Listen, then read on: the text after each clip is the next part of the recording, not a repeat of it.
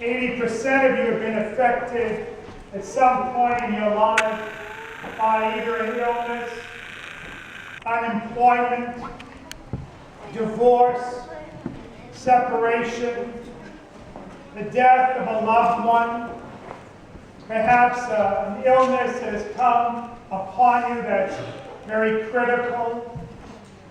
Maybe it's been addiction. Maybe it's been fill in the blank. All of us, to some degree, have known some suffering, some pain.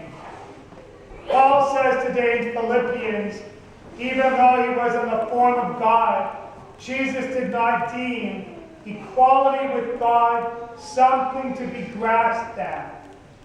Unlike Adam and Eve, Jesus does not grasp to be God, although he is God.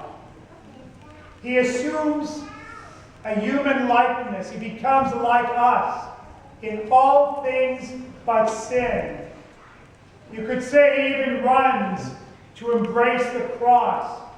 We hear him challenge and almost wrestle with the Father. If possible, take this cup away from me. My God, why have you forsaken me?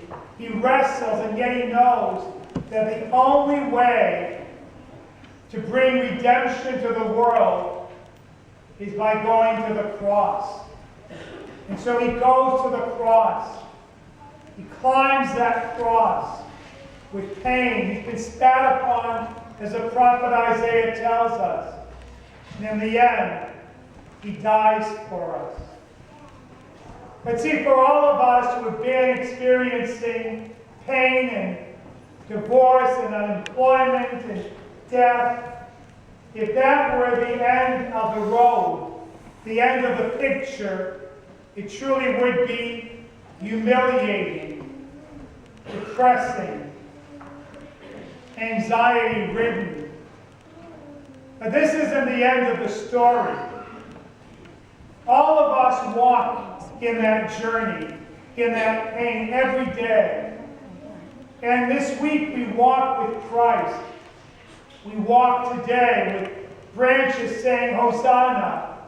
And the next breath, like Judas, like Peter, we may deny him.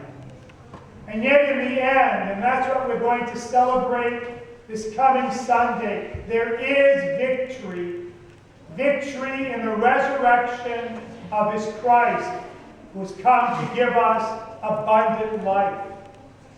So I encourage you this week, take part in what we're going to be living out as a church. The Triduum, 3 days, Triduum, that's what the Latin means, 3 days, are the most important 3 days of the church's year. So join us on Thursday at 7 o'clock as we celebrate Eucharist, the beginning of that beautiful sacrament. And the priest, imitating Christ, will wash the feet of 12 men and women.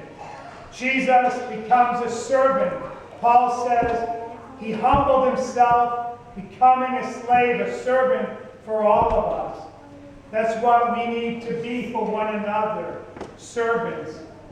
Friday at 3 o'clock here, or 7 o'clock in Exeter, we'll have the veneration of the cross. It's a beautiful time when we literally come forward and embrace the cross. The cross, the power of the cross in your life and mine.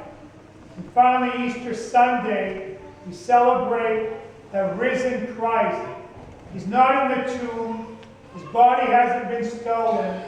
If it had been, our religion would have died a long time ago.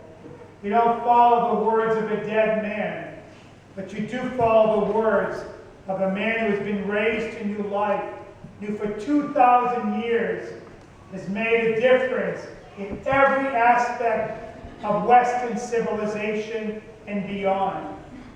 So today and this week, join us as we celebrate this Holy Week, this great week. I just want to remind you, tomorrow, the bishop has asked all priests in the diocese to celebrate confessions with the faithful. So again, if you didn't have time to go to confession and you want to go, one of us will be here and one at St. Michael's celebrating reconciliation. 11 to 1 tomorrow, as well as 5 to 7 tomorrow night here, and 3 to 5 in Exeter. So join us if you would. God bless you.